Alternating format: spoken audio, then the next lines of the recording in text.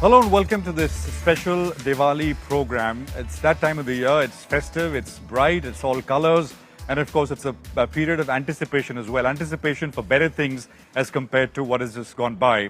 At the outset, I want to wish all our viewers a very happy Diwali from the entire CNBC TV 18 team. We are coming to you live, by the way. You can see the decoration around from the Motilal Oswal Towers here in the heart of Mumbai. The next year, Samvat 2018, is expected to be dominated by two things, rates and politics, power and politics, as some have put it.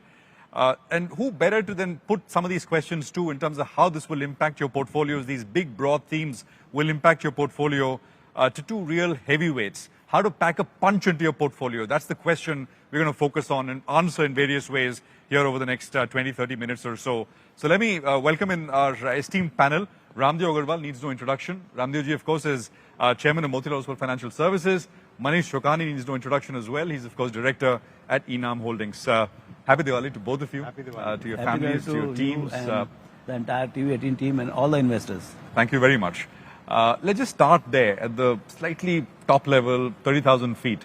Are these going to be the big talking points as we enter the new Samvat, which is interest rates? And the question whether interest rates globally have peaked and we are entering a cutting cycle now, and politics, because there are state elections and, of course, the big general elections next year. I just want to start with that. Raamdeo ji. Yeah. So interest rate cycle has peaked out. I think it's a too big a statement to say. I mean, yes, there looks to be some kind of a pause right now. But to say that it has been picked up, I have no view on this interest rate cycle. But one thing is for sure that what we have seen last 10-15 years of sub-zero or zero kind of a thing where 12, 15, 13 trillion dollars of bonds, particularly in Europe, went below zero. So that era is over. You know, what started in 80s from 15-16% 10 year to zero, I think that one phase in pendulum is done. And now, as Howard Marks says, you know, pendulum moves all the way up. So from zero we have come to 5.5%. Whatever happens, I don't know, but it is definitely not going to go back to zero immediately. And this is the extreme, the other end of the pendulum, 5. I don't know. It can swing more. You don't know. I mean, that's what I'm saying. When you said that we have peaked out, I don't know. Okay. So what I'm saying is that, for sure, even 5% is not what the world is designed for. You know, world is designed for 1 or 2% types. Yeah. So I think it is an era of little more expensive money, little tighter money, and it will have its own repercussion. Like what we are seeing, that FIs are continuously selling because they are finding far more attractive opportunity in the debt side out there. So I think they will have a lot of implications. So rate cycle is anybody's call. I don't know whether Mr. Powell also knows where it is headed. One is that. Second is that rate cycle per se is impacting the valuation of equities. When the zero interest rate happened, all the high P multiple companies flew because you can discount deep into the future, like 2040, 2050, you can discount because everything is worth same, what you earn in 2040. But when you discount the same thing at 5-7%, I think the value is a fraction. Correct. And that's why you see all the high multiple companies, they are kind of giving up their multiples. Correct. So it is a time-wise correction. In the US, not so much here because these Here are... also. It will have impact. It will have impact. Slowly, less so, but definitely the impact will happen. Is there. Because there, if people can buy and be comfortable with 80, 100 P, and that comes down to say 30, 40, you can't be following the, you know, because in market there is arbitrage. So I would think that high multiple companies will come down here also. Okay. Manish, two questions. One is, there has been no price to be paid so far. We've not had a price to pay, right? I mean, last cycle we had a big price to pay in 2008 because we had 450 basis points of tightening. This cycle we had about that much, 475 basis points from where we started to now. I'm talking about the Fed rates. Markets are okay, I mean, right? I mean, by and large. So that is one. Second, if, as Raamdeo ji also said, we don't know if rates are at a peak and they start to come down, will that unleash a gush of liquidity into equities, into markets like India? Go on. So let's separate the two out. So first, fundamentally, what you're saying is right, that the rate cycle is not yet peaked. And in fact, Jamie Dimon is on record to say he expects it to go to 7%. 7%. The fact is, this time the pain has been taken by the central bank because they've subsidized all these fellows where the rate increases have not affected them. Because people have booked their mortgages and passed on the pain to the effectively the National Housing Board in the US. And the central banks actually are technically all bankrupt. And while they are trying to tighten, the fiscal side is as loose as ever. So the US government is printing money like no tomorrow. They have an interest burden now, which is $1 trillion a year, which is 4-5% of GDP for a country whose collection is 9. And this is the best economy in the world.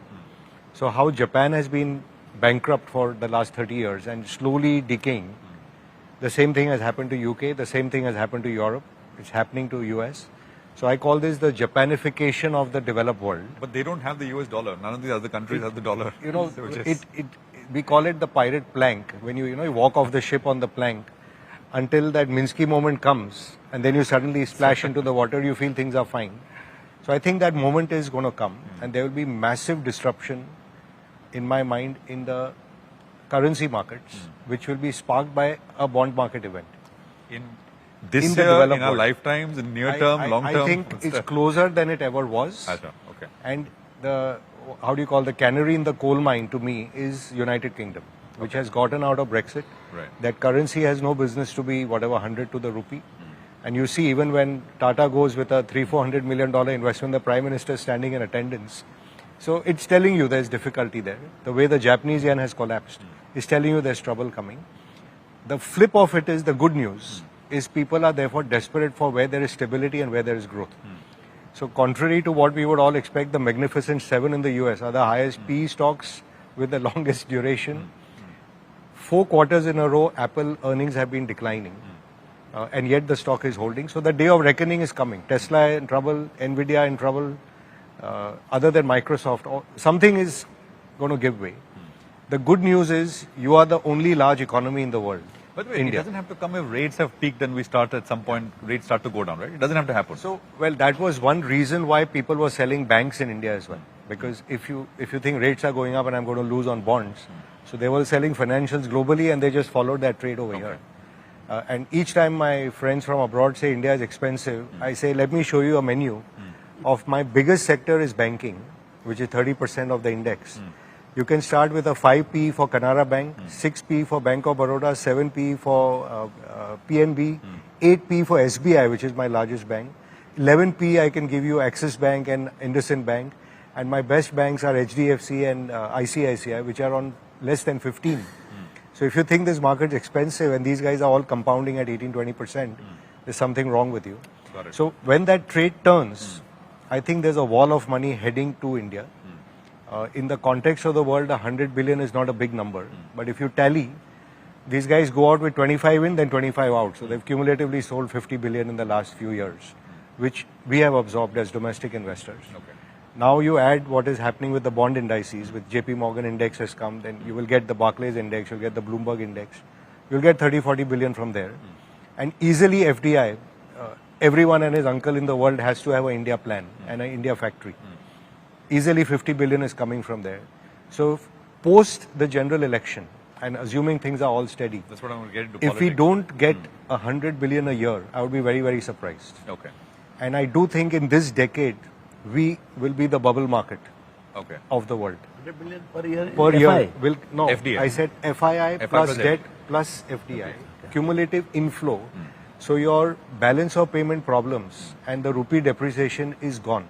Okay. You are the momentum market going forward in this decade. The way the world flipped on Japan with one trade of Buffett, because everyone's acting like lemming. There is a single trade, single dimensional investing going on.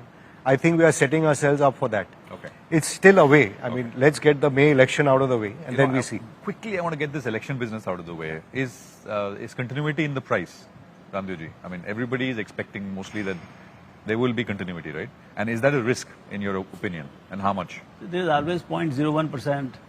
You know, somebody said if Modi doesn't come, then market will fall by 25%. I Okay. think it was Chris Wood You know, just you know who said. What I'm saying is that probability is 1%. What happens if he comes? That is 99%. So then market goes up by 25%. So you are losing how much? 24.5%. So your payoff metrics is more like 25% up rather than 25% down. So you know there are a lot of ways of the mind is very difficult to figure out the probabilities of the events. You know, so the probability of the continuity going away is very low. Yeah, yeah. At least the way things look right now. So I think, but then event is event. Let the event be over. On 7th December, one event will be over. And then I think the rally could start immediately after 7th December election. Because Depending on the outcome or irrespective? Or irrespective. Irrespective. I mean, if it is very bad outcome, then market may correct a little bit and then the rally will start. You think we will have a rally into general elections? Yes.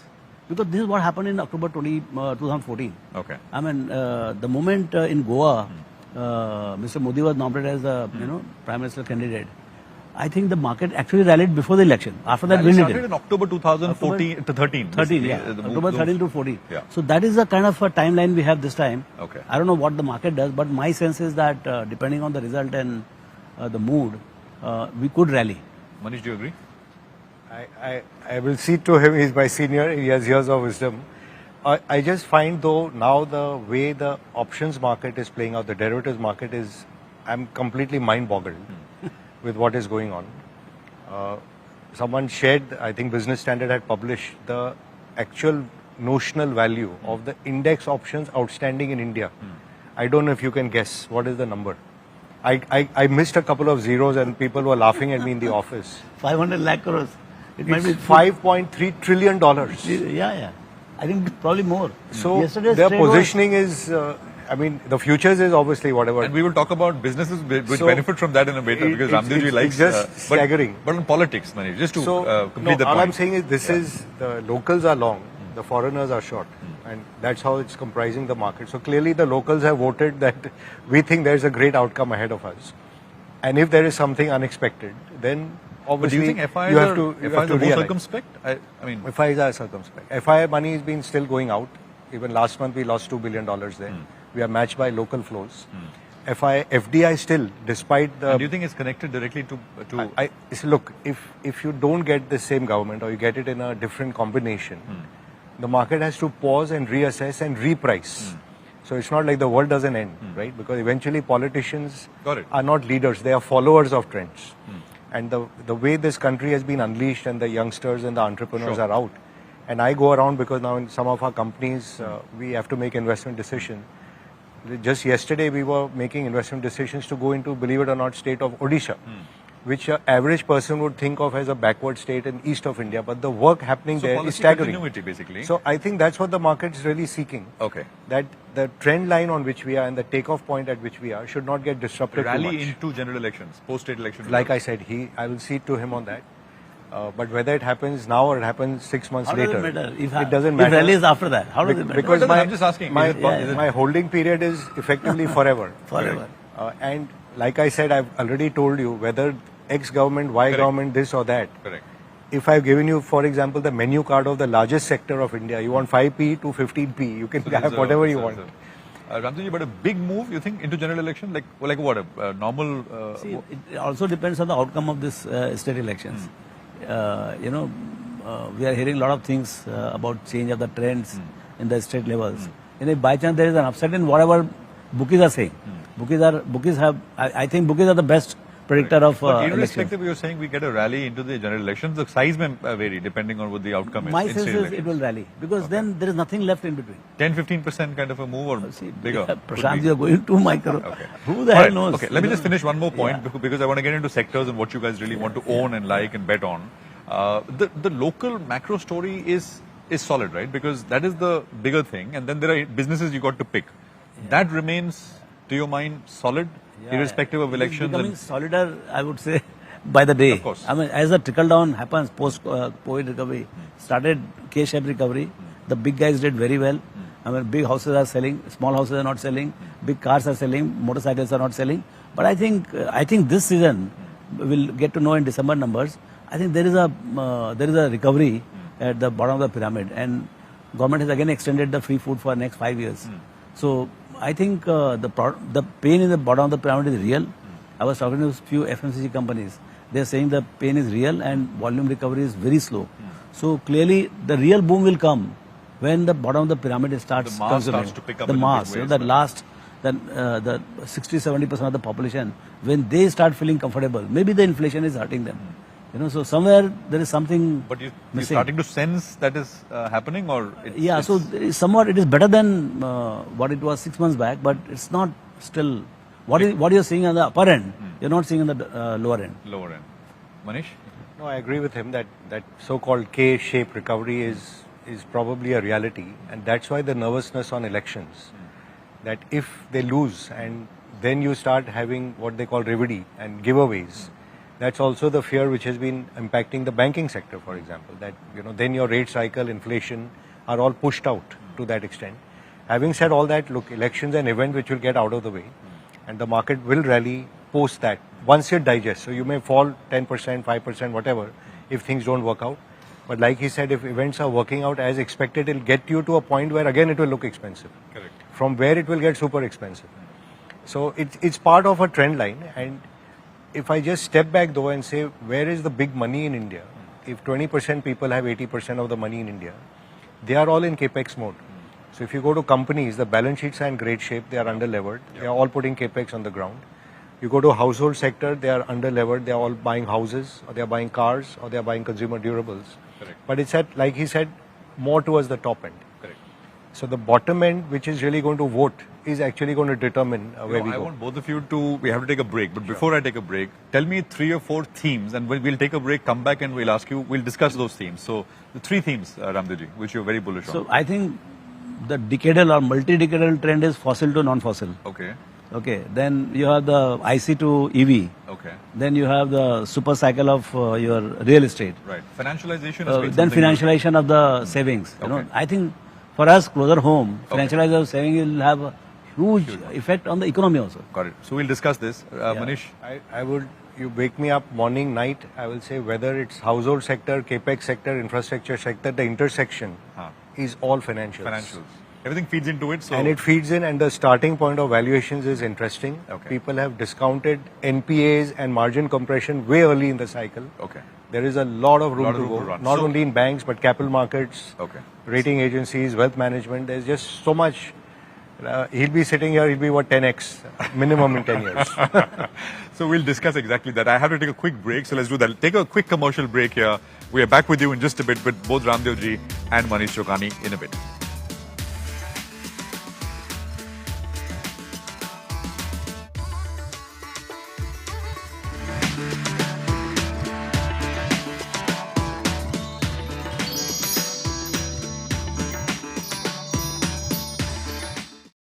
एक सवाल आपसे पूछना चाहता हूँ, बाजार यहाँ कैसा लग रहा है? हम एक थोड़ा सा करेक्शन आया 5-6-7% का, स्मॉल कैप वगैरह थोड़े ज़्यादा गिरे, लेकिन अब वापस संभल गया मार्केट. क्या व्यू क्या है यहाँ से? I think when we are talking about market, then we are talking about a lot of things. You know, the entire ocean we are talking about. And जहाँ तक आपका बात है कि ये इंडेक्स चाहे 5% 7% गिरा होगा, which most of the part I think it might have recovered also in last week something, but small caps, many small caps are down by 30%, 20 to 40% small caps and mid caps are down. I think it is a good sign so far market is concerned, because there was a froth, okay, in the small cap and mid caps and all, because of this retail investors, they don't understand, just they want to put their money and buy anything which they had been recommended.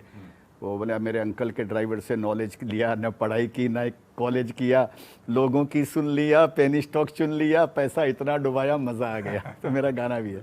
So this is what was happening in this market. So I think this euphoria is settling down, but I don't think that it has settled down completely. This is my personal view.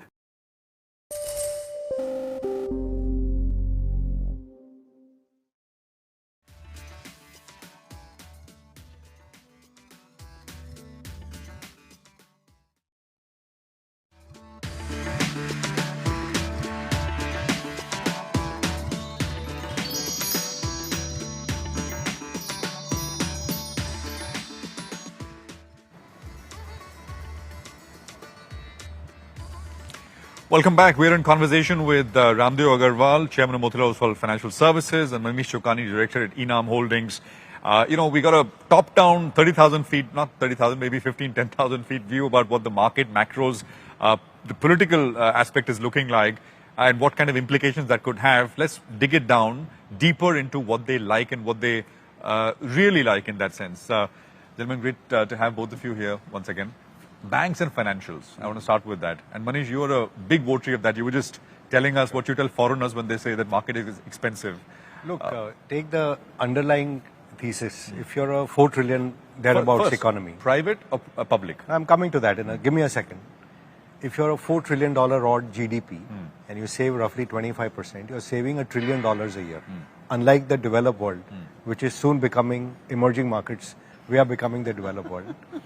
If you save $1 trillion a year and we are still putting half of it into fixed assets like gold and real estate. So we haven't yet financialized that. So your trillion is going to grow and your share to financials is going to grow. Within the current $500 billion, we are putting 20-25 billion into equities, which is 4% of your 4% or 5% of your saving number. That number has to grow. Banks, which we think at 150 billion of deposits, we are kind of petering out, and how will you get CASA, and all funny arguments come. The amount of money which is going to go into financials is just so staggering that whether now it's a bank, whether it's a capital market player, whether it's a stock exchange, which you've seen what's been going on with BSE, MCX, and just watch what happens when NSE lists over here. So there is so much plethora of options over here that you pick. Like I gave you a menu, you think public sector banks, are they going to repeat mistakes which they made 10 years ago? I don't think so. With credit bureaus coming, with the people making 17-18% ROIs, they can't be trading at half-time book.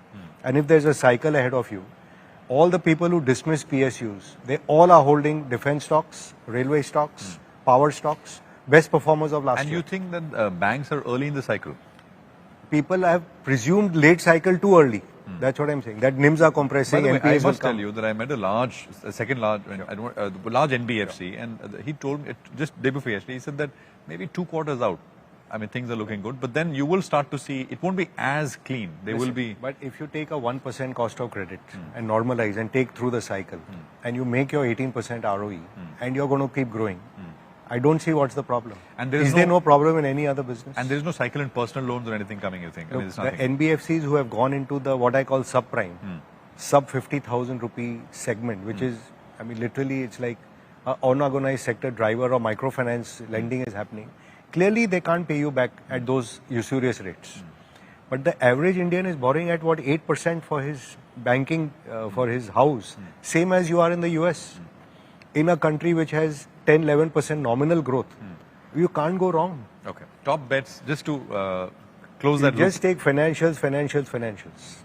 A mix of both public and private? Banks, basically, you want to focus on? I said financials, which is outside. There are banks, capital market, wealth management, asset management. When I said last year, everyone was laughing. I think it's a growth business in India. Got it. Wealth management is a growth business. What they will create will be something worth seeing. Raamdeo, you're very bullish. Deep, you always talked about the huge deluge of financialization, demat, people coming into the capital markets, and it's picked up in a huge way after COVID, right? So which are the top ideas there? Because there are so many different things, right? Yeah, so fortunately, it is a financialization part, but the intermediaries, they are driven by digital business model because you cannot handle millions of guys physically. Okay, so it's all through the digital platforms. So whether you see the broking platforms, I remember in 87 when we started, 200 crores was the daily turnover. And there were 500 brokers, and that settlement used to be painful on T+15. And actually the settlement used to happen in T+21.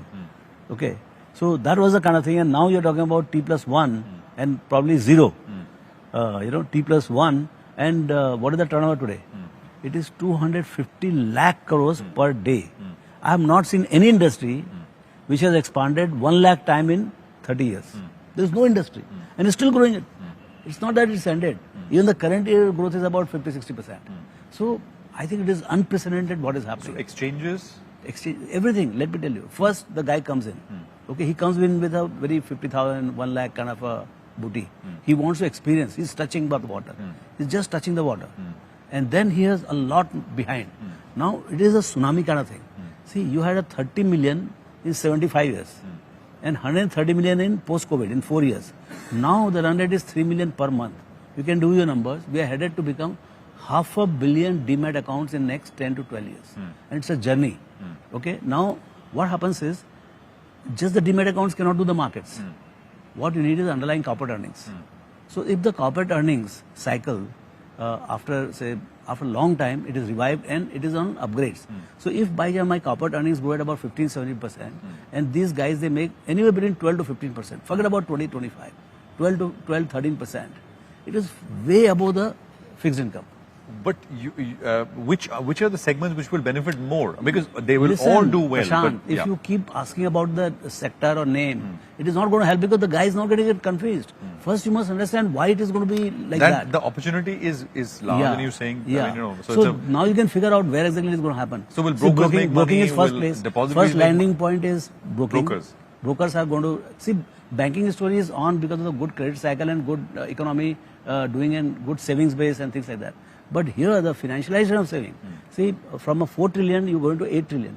So the size of the savings in last 25 years done 10, 12 trillion. In next 25 years you're going to do 100 to 150 trillion. It's a deluge. I can see the tsunami coming. Got it. Okay, so now so one is the broking, but that's a transaction platform. Then you come to wealth management. Then you come to iBanking because you need a lot of paper. Sure. So now in last 25, 30 years, there is no iBanking in India. Now you see what is going to happen to the iBanking. The promoters want to sell. Sure. I mean, you look at the large companies like 40, 50, 30, 60,000 crores companies, the promoters are exiting with 25, 30% stake sale and there is no pain. Stocks are not breaking. Correct. So, this is the base of the market is expanding. Yeah. So, broking will do well, iBanking will do well, wealth management will do well, your AMCs will do well, private equity will do well. Every Exchanges, aspect. of course. Exchanges, of course. Of course. So, everywhere there is a play. Right. Depositories, Right. you name it. Right. I'm rushing you, sorry, but that only because of the paucity of time. Zomato is a big holding, and disclosure, this is not a recommendation for our viewers to go out and buy, but this is just for educational purposes more than anything else. Why do you like it in such a big way? See, any business which is digitally powered, has exponential growth opportunity. See, once your business model is set, and here these delivery companies, if there is one country where delivery must happen, it is India. In $50, in dead of the night, you can get a hot food delivered or any stuff you can It's get a felt delivered. need, but many say that these models exist outside, DoorDash and Grubhub and Sir, stuff. you try, you've been to US, you try in the middle of the night, for $20 you will not get delivery. Here for $60 that guy will be thankful. You You're tell me saying where can you deliver? So you should not say that those don't Listen, make very much money. So would you like to go down after wearing your dress? You'll go down, take out your car and go to the grocery shop. No, I mean, and I get order it? all the time. I'm just That's saying. what I'm saying. So why don't you see it yourself? Right. This is how the transformation is happening. Consumer habits are changing, Right. and huge change. I mean, you look at the Blinkit, you look at Insta. I mean, the housewives, those who get introduced, they're going nuts. Is there a risk that the market was divided 50-50 First you try between to two understand the players? opportunity. Listen, first you try to understand the opportunity. Then you try to look at No, the opportunity, Raamdeo, is there. We all use it. That's It's it. a- That's as the I said, story. That's the story. I mean, they have not made money. They are just going to start making money. Making money. And mind you, they don't have any balance sheet. It's only P&L. Right. So everything is written off. So Correct. your ROIs are going to be like 50, 60, 100%. So once you have, see, in valuation, I mean, unfortunately, we do too much of these tables and all. So when you have a high ROE and high growth, see, the P multiples are not going to be 20, 30, 40. You are talking about 100, 150, 200. P multiples. Yes. तो क्या हो सकता है Zomato अभी आपके हिसाब अभी से now अभी और क्या बोले अभी और क्या बोले बताइए नहीं, ना, I think it's not about it's not Manish, it's going to be a big contributor it's to not the. about- I am on a listen, it's not QSR about board, so I'm Zomato. very happy to hear that they are putting more riders in. We can deliver a lot more.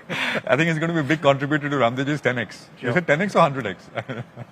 No, I do think in India, look, it's a question of where will you sit Right. to take the ride. Right. Yeah. Because as long as you are convinced on the business in a bull market, you can't keep changing your horses. Correct.